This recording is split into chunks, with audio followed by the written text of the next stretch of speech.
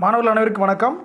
நம்முடைய 8th அமிலங்கள் காரங்கள் அந்த டாப்பிக்கில் ஃபஸ்ட் வீடியோ பார்த்துருக்கோம். அதனுடைய தொடர்ச்சியாக இப்போது செகண்ட் வீடியோ பார்க்க போகிறோம். இந்த செகண்ட் வீடியோவில் பார்த்தீங்கன்னா எங்கேருந்து ஸ்டார்ட் பண்ண போகிறோம்னா காரங்களினுடைய வேதியியல் பண்புகளிலிருந்து பார்க்க போகிறோம். கடைசி வீடியோவில் கடைசியில் பாருங்கள், இயற்பியல் பண்புகள் வரைக்கும் பார்த்துருப்போம். இப்போ வேதியியல் பண்புலேருந்து பார்க்க போகிறோம். இந்த காரங்கள் உலோகங்களோட மெட்டலோட ரியாக்ட் ஆனால் என்ன ஆகும் அப்படின்னு பார்த்தீங்கன்னா, ஏற்கனவே இதே மாதிரி அமிலங்களில் பார்த்தோம். அமிலங்கள் என்ன பார்த்தோம்?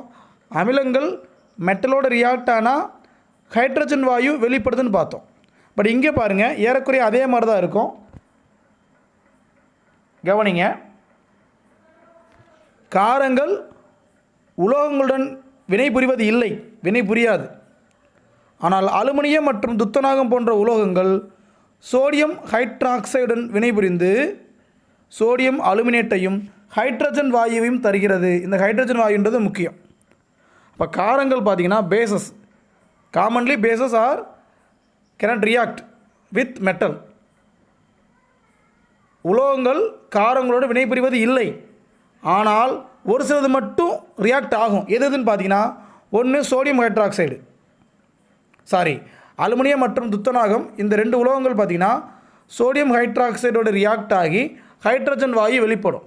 ஆனால் அங்கே அப்படி கிடையாது. எல்லா மெட்டலுமே ஆசிட்டோட ரியாக்ட் ஆனால் ஹைட்ரஜன் வாயு வெளிப்படும். சரிங்களா? ஸோ இதுதான் முக்கியமான ஸ்டேட்மெண்ட் கொஸ்டின், கவனித்து பார்த்துக்குங்க. அடுத்து ரெண்டாவது அலோக ஆக்சைடுகள். அலோக ஆக்சைடுகள் வினைபுரிந்து என்ன ஆகும்? அலோக ஆக்சைடுகள் வினைபுரிந்துச்சுன்னா என்ன கிடைக்கும்னா சோடியம் கார்பனேட் கிடைக்கும். இப்படியே படித்து வச்சுங்க.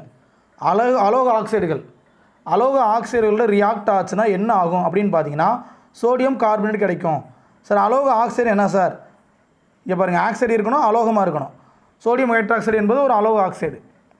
ஸோ அதோடு வினைபுரிஞ்சு என்ன ஆகுதுன்னு பாருங்கள், சோடியம் கார்பனேட்டும் நீர் வாட்டரும் நமக்கு கிடைக்கிது. ஸோ மூணாவது கெமிக்கல் ப்ராப்பர்ட்டி என்னன்னு பார்த்தீங்கன்னா அமோனியம் உப்புகள். அமோனியம் சால்ஸோட ரியாக்ட் ஆகி என்ன ஆகும் பார்த்தீங்கன்னா அமோனியா வாயு வெளிப்படும். ஜஸ்ட்டு தெரிஞ்சு வச்சுங்க போதும். எல்லாத்தையும் படிக்கணும் அவசியம் கிடையாது. இந்த ஈக்குவேஷன்லாம் படிக்கணும் அவசியம் கிடையாது. நான் சொல்கிற மட்டும் பார்த்துங்க.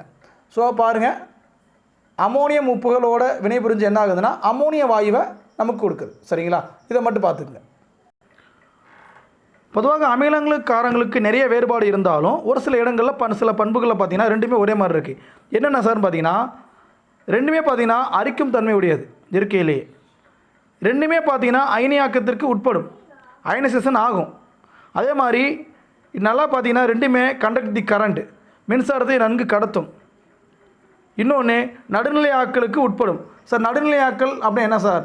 அமிலம் காரத்தோடு சேர்ந்துச்சுன்னா நடுநிலை ஆயிரும், உப்பு நீரும் கிடைக்கும். காரம் அமிலத்தோடு சேர்ந்தாலும் அதே தான். சரிங்களா? 2 + 3 5, 3 + 2 5 தானே வரப்போகுது, அந்த மாதிரி தான். சரிங்களா? அப்போ அமிலம் கூட்டல் காரம்னா உப்பு ப்ளஸ் நீர், acid plus base, water and salt.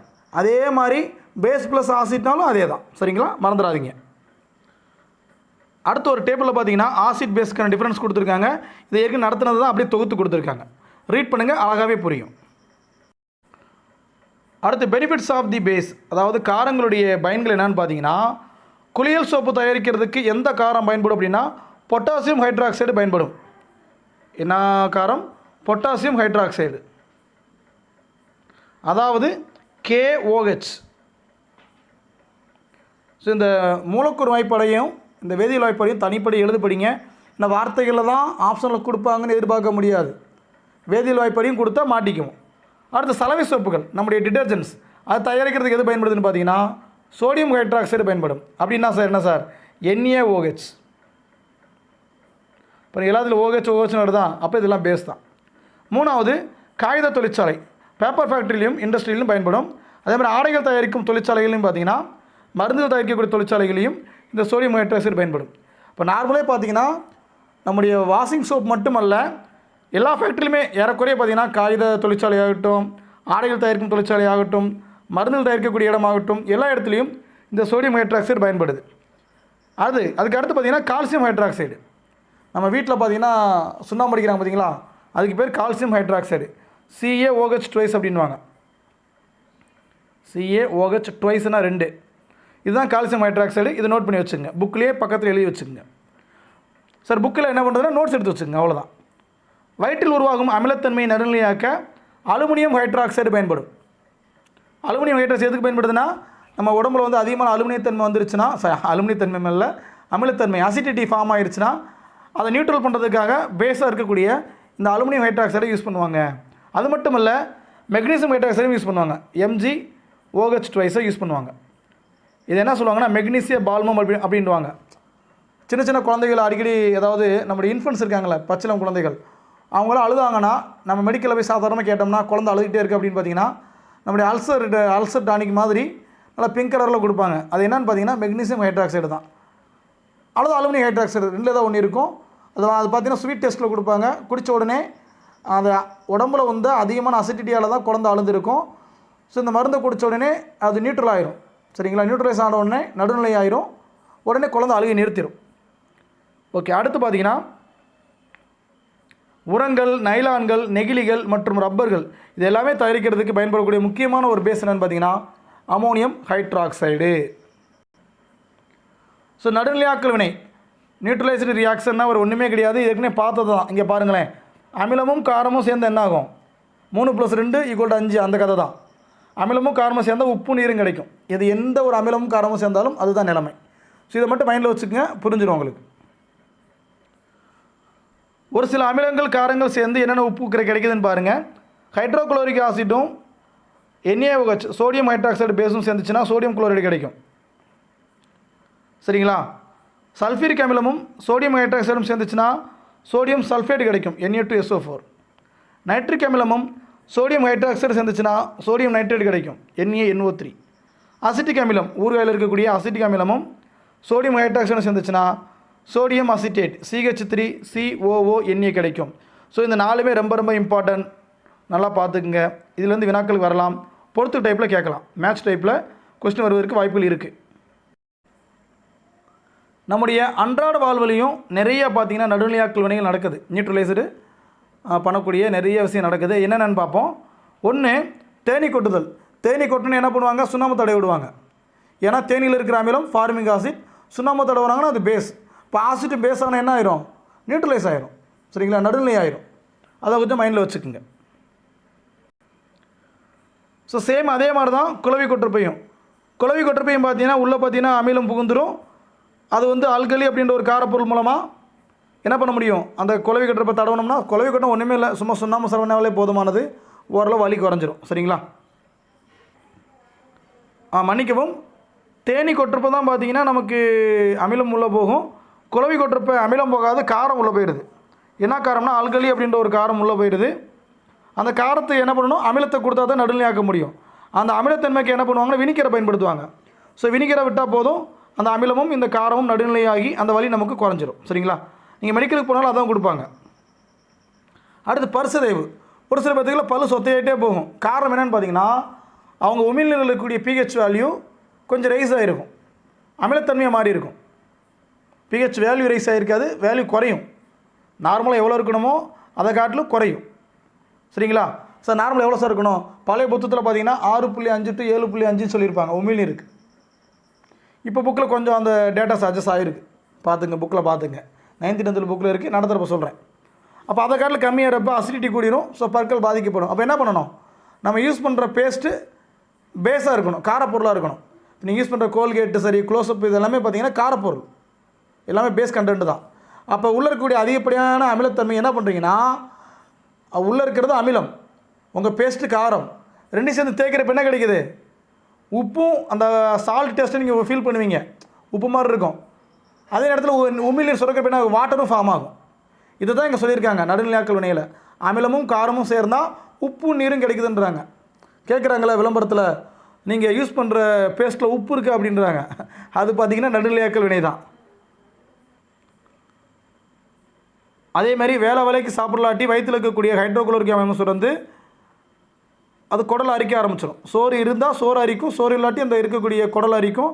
இதனால் அசிடிட்டி ஃபார்ம் ஆயிரும். சரிங்களா? அதை சரி பண்ணுறதுக்கும் பேஸ் உள்ள கண்டென்ட்களை சாப்பிட்றது அவசியம். இன்னொன்று பார்த்தீங்கன்னா இது மட்டும் இல்லை, நிறைய ஃபாஸ்ட் ஃபுட்டெல்லாம் பார்த்தீங்கன்னா அமிலத்தன்மை அதிகமாக தான் இருக்குது. அதெல்லாம் சாப்பிட்டோம்னா உணவு குழாய் இது எல்லாமே பாதிக்கப்படும். ஒரு எரிச்சல் உணர்வு ஃபீல் பண்ணுறீங்க பார்த்தீங்களா? இதை சாப்பிட்டோன்னே என்னடா உடம்புலாம் அந்த குடலை எரியுது அப்படின்னுவீங்க. அது மிளகாப்பொடியாகவும் இருக்கலாம், அமிலத்தன்மையாகவும் இருக்கலாம். சரிங்களா? ஸோ இதெல்லாம் சரி பண்ணுறதுக்கு என்னென்ன பயன்படுதுன்னு பார்த்தீங்கன்னா, மெக்னீசியம் ஹைட்ராக்சைடு, அலுமினியம் ஹைட்ராக்சைடு இது எல்லாத்தையும் பயன்படுத்தலாம். சரிங்களா? அந்த அசிடிட்டியை குறைக்கிறதுக்காக இது எல்லாத்தையும் பயன்படுத்தலாம். இதை பேஸ் பண்ணி வேளாண்மை பண்ணலாம். மண்ணுடைய அமிலத்தன்மையை பார்த்துட்டு, நம்முடைய மண் அமிலத்தன்மையில் மண்ணாக இருந்துச்சுன்னா காரப்பொருட்கள் நல்லா வரும், காரத்தன்மையில் மண்ணாக இருந்துச்சுன்னா அமிலத்தன்மையில் பொருட்கள் நல்லா வரும். அதுக்கு பேர் தான் மண் பரிசோதனை. இல்லை சார் நடுநிலையாக இருக்குது, அமிலமும் இல்லை காரமும் இல்லைன்னா நம்முடைய இந்த கரும்பு வாழை இதெல்லாம் நல்லா வரும். இதுக்காக தான் மண் பரிசோதனை பண்ணுறது.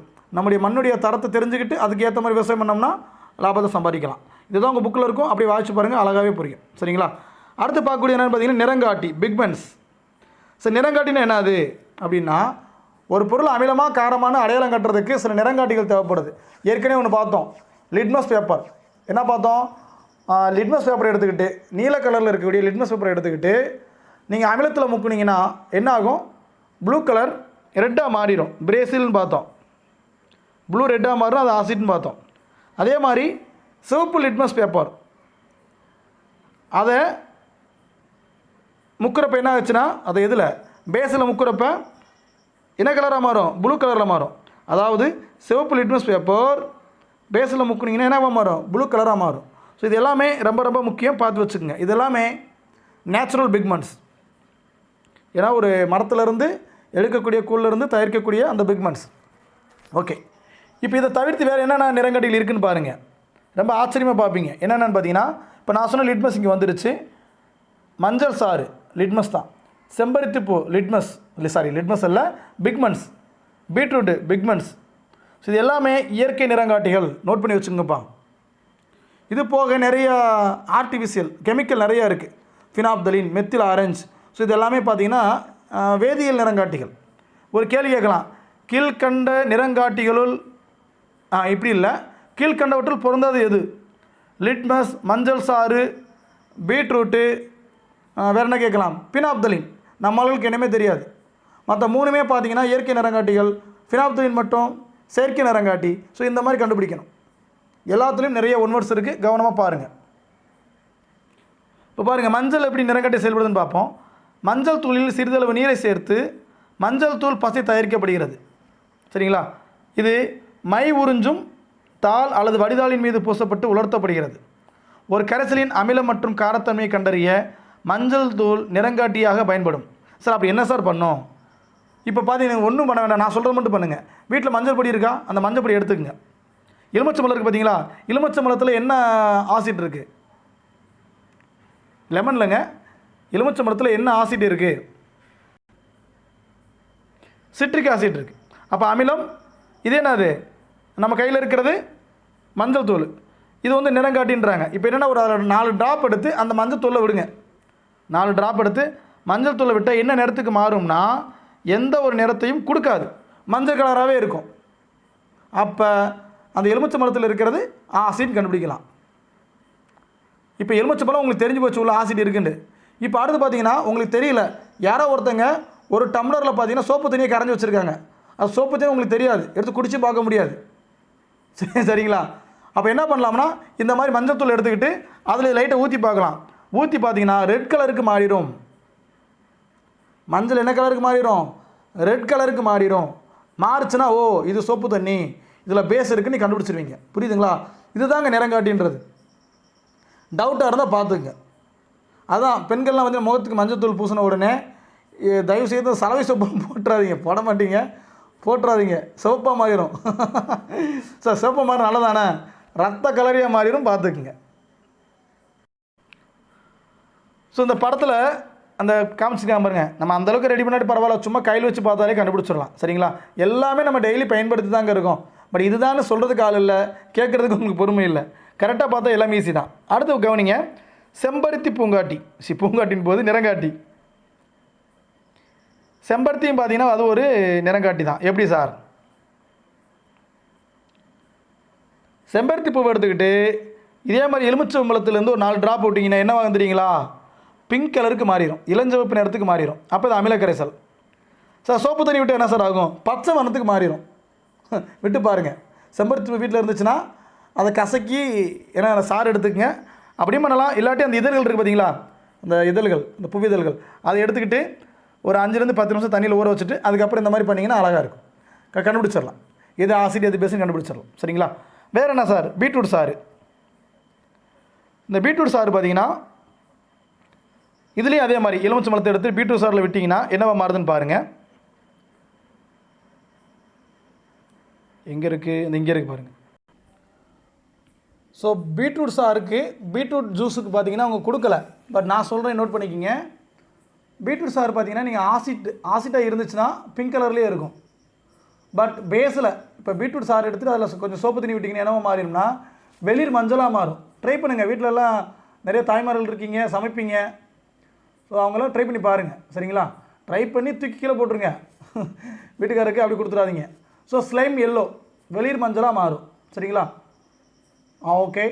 வேறு என்ன இருக்குன்னா அவ்வளோதான். இயற்கை நேரங்காட்டிகள் அவ்வளோதான் உங்கள் புக்கில் கொடுத்துருக்காங்க. இன்னொன்று இருக்குது, வேணால் நான் சொல்கிறேன், கூடுதல் தகவல் நோட் பண்ணிக்கோங்க. நம்ம கேபேஜ் இருக்குது பார்த்தீங்களா, முட்டைக்கோசு, அந்த சாறில் பார்த்தீங்கன்னா ஆசிட்டில் பிங்க் கலரில் இருக்கும், பிங்க் ஆர் ரெட் இருக்கும். ஒரு சில கேபேஜ் சரியாக இருந்துச்சுன்னா ரெட்டாக இருக்கும், ஒரு சிலது பிங்காக இருக்கும். இது ஆசிட்டில். பேஸில் பார்த்தீங்கன்னா க்ரீனாக மாறிடும் காப்பேஜ். சரிங்களா? ஸோ இது எல்லாமே பார்த்தீங்கன்னா இண்டிகேட்டர்ஸ். ஒவ்வொன்றும் ஆசிட்டில் என்ன கலர் காட்டுது, பேஸில் என்ன கலர் காட்டுதுன்னு பார்த்துட்டோம். இதே மாதிரி பார்த்தீங்கன்னா ஆர்டிஃபிஷியல் டைஸும் இருக்கும், சாரி பிக்மெண்ட்ஸ் இருக்குது. இப்போ ஒவ்வொன்றா நீங்கள் வீட்டில் செஞ்சு பார்த்துருங்க. செஞ்சு பார்க்கணும் பரவாயில்ல, தயவுசெய்து படிச்சிருங்க. இங்கே பாருங்கள், ஃபினாப்தலின் அப்படின்றது பார்த்தீங்கன்னா ஒரு ஆர்டிஃபிஷியல், மெத்தில் ஆரஞ்சு. ஸோ இதெல்லாம் என்ன நிறத்தை காட்டும், இந்த டேபிள் அழகாக கொடுத்துருக்காங்க பாருங்கள். இப்போ பாருங்கள், நீல லிட்மஸ் பேப்பர், அமிலத்தில் சிவப்பு, இதில் நிறமாற்றம் இல்லை, காரத்தில். முன்னாடி பார்த்தோமா பிரேசில், மைண்டில் இருக்கா, 3 முறை சொல்லியிருக்கேன், அதை பார்த்துக்குங்க. அடுத்து சிவப்பு லிட்மஸ் பேப்பர் ஆர்பிபின்னு பார்த்தோமா, இங்கே பாருங்கள், அமிலத்தில் நிறமாற்றம் இல்லை, காரத்தில் நீலம். ஃபினாப்தலின் அமிலக்கரைசலில் நிறமற்றது, காரத்தில் இளஞ்சிவப்பு. மெத்தில் ஆரஞ்சு அமிலத்தில் சிவப்பு, காரத்தில் மஞ்சள். சரிங்களா? இந்த மாதிரி எல்லாமே இருக்குது, பார்த்துக்குங்க. எதையும் விட்டுட்டு போயிடாதீங்க. சரிங்களா? ஓகேப்பா.